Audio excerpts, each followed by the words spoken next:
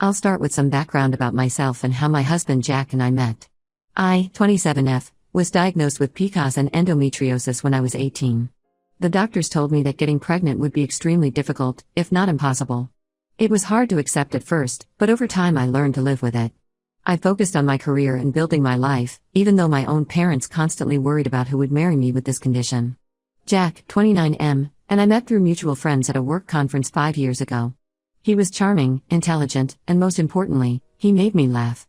We hit it off immediately and started dating soon after. On our third date, I decided to be upfront about my condition.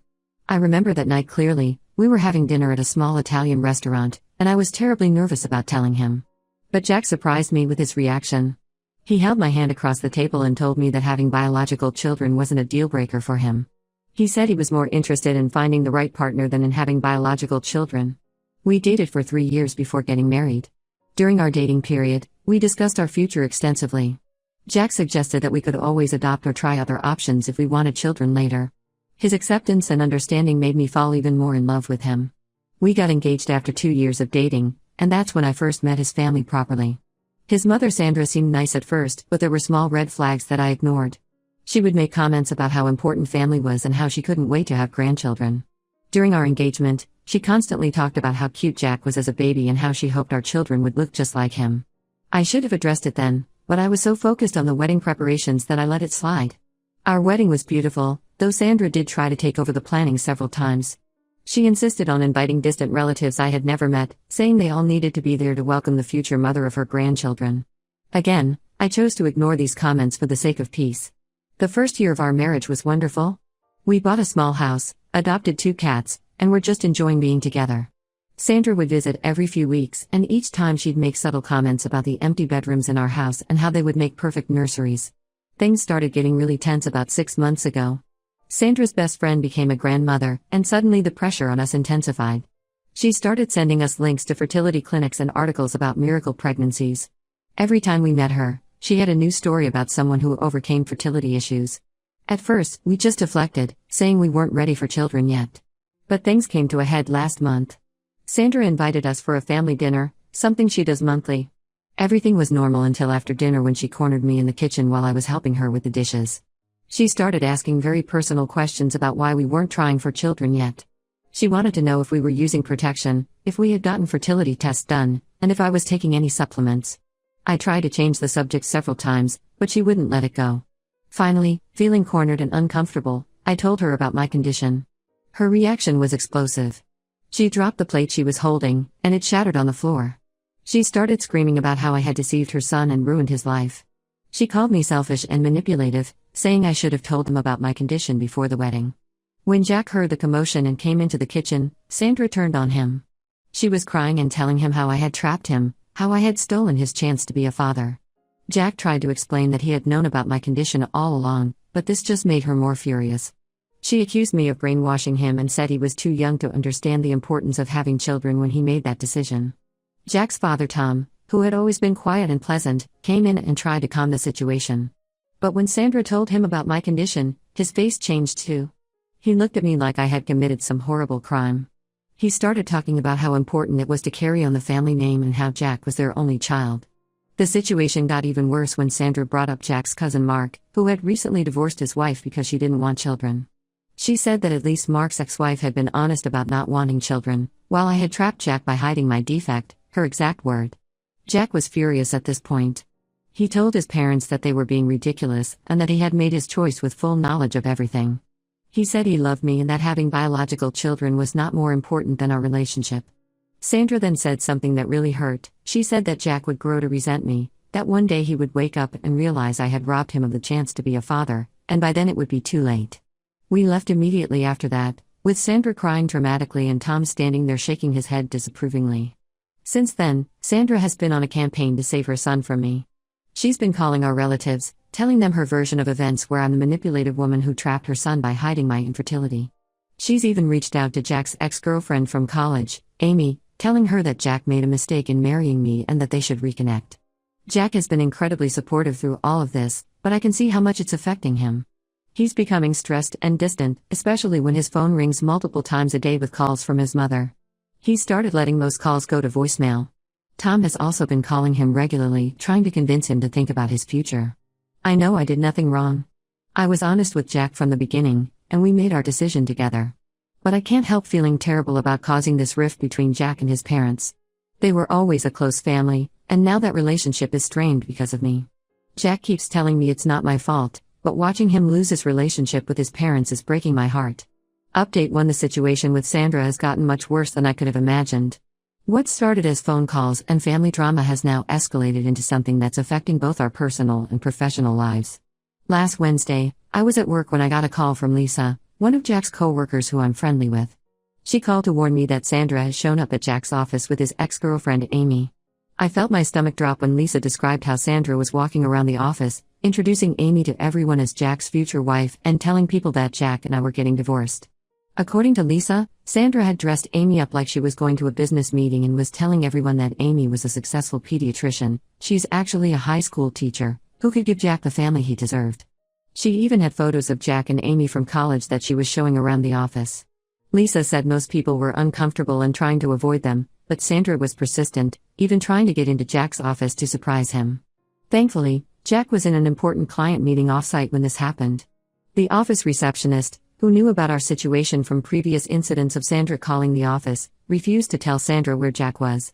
She'd also asked them to leave when they had been waiting for over an hour, saying it was against company policy to have unauthorized visitors loitering in the office. When Jack found out about this later that day, he was furious. He immediately called Amy to find out what was going on. It turns out that Sandra had been in contact with Amy for weeks, feeding her a completely false narrative. She told Amy that Jack was miserable in our marriage, that I had forced him to cut contact with his family, and that he had confided in Sandra about wanting to reconnect with Amy. Amy was mortified when Jack told her the truth. She broke down crying and apologized profusely, saying she had no idea about the reality of the situation. She explained that Sandra had shown her old emails from Jack, from their college days, and convinced her that Jack still had feelings for her. Amy admitted that she had been vulnerable to Sandra's manipulation because she had recently gone through a bad breakup, and the idea that her college sweetheart still cared about her had been comforting. The workplace incident caused significant problems for Jack. People started whispering behind his back, and some of his colleagues began treating him differently. One of his team members even asked him directly if he was planning to leave me for his ex. Jack had to schedule a meeting with HR to explain the situation and ensure that Sandra would not be allowed into the building again. But the workplace drama wasn't even the worst part. Yesterday, we discovered that Sandra had been spreading vicious lies about me in our community. She told people at her church group that I had been lying about my condition and was secretly taking birth control pills because I didn't want to ruin my figure with pregnancy. She claimed to have found birth control pills in our bathroom during her last visit, which is completely false as I've never needed them due to my medical condition. These rumors have spread through our social circle, and now some of our friends are looking at me differently. One of my close friends, Rachel, admitted that Sandra had called her crying, saying she was worried about her son's happiness and asking Rachel to talk some sense into me about stopping the birth control. Rachel didn't believe Sandra, but she thought I should know what was being said. Jack finally reached his breaking point when he learned that Sandra had been telling people that I had previous pregnancies that I had terminated before meeting him, and that's what had caused my infertility. This lie was particularly cruel because she knew about my medical history. I had shown her my medical records when she first started accusing me of lying about my condition. When Jack confronted his mother about these lies, she broke down crying, something she seems to do a lot, and said she was just trying to save him from a lifetime of regret. She revealed that she had already consulted a divorce lawyer on Jack's behalf and had scheduled an appointment for next week. She had even paid a retainer fee using money from their family emergency fund. Jack told her that if she didn't stop spreading lies about me and interfering in our marriage, he would cut all contact with her. Sandra's response was to accuse me of brainwashing her son against his own mother. She said that the son she raised would never speak to his mother this way, so clearly, I must be manipulating him. Tom, Jack's father, called later that evening to tell Jack that he was being ungrateful and disrespectful to his mother. He said that Sandra was crying herself sick every night because she was worried about Jack's future. When Jack tried to explain how Sandra's behavior was affecting us, Tom dismissed it as a mother's concern and said we were overreacting. Jack and I are at a loss about what to do. He's considering taking legal action if Sandra doesn't stop spreading lies about me, but we're worried that might just make things worse. His work situation is becoming uncomfortable, and we're both stressed about what new drama Sandra might create next. Jack is standing firm in his support of me, but I can see how much this whole situation is wearing him down. We're thinking about moving to a different city where Jack's company has another office, but it feels unfair that we might have to uproot our lives because of Sandra's behavior.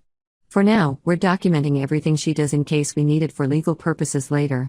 I never imagined my mother-in-law's obsession with grandchildren would turn into something this ugly. Update 2: A lot has happened since my last update, and we finally discovered the real reason behind Sandra's extreme behavior. Everything started unraveling last week when Jack's cousin Emma reached out to me privately through Facebook. Emma and I had only met a few times at family gatherings, and she usually kept to herself. She messaged me saying she needed to tell me something important about Sandra, but she wanted to meet in person. We met at a coffee shop far from where Sandra lives, as Emma was worried about being seen. What Emma revealed completely changed our understanding of the situation. 30 years ago, before Jack was born, Sandra had a daughter named Sarah. The baby was born with a severe genetic condition and only lived for 4 months. After Sarah's death, doctors told Sandra that she might not be able to have more children due to complications from that pregnancy. According to Emma, Sandra fell into a deep depression and became obsessed with having another baby. When she finally got pregnant with Jack 3 years later, it was considered a miracle by the family. Emma explained that Sandra was extremely protective of Jack growing up, barely letting him out of her sight. She had also never properly grieved Sarah's death or gotten any help to process her trauma. The family never spoke about Sarah, and any photos or mementos of her were locked away in the attic. Emma only knew about this because her mother, Sandra's sister, had told her recently, worried about Sandra's increasingly erratic behavior towards me.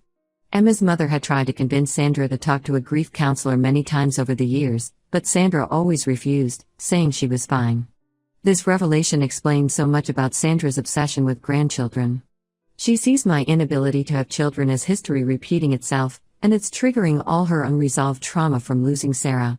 In her mind, she's not just losing potential grandchildren, she's reliving the loss of her daughter.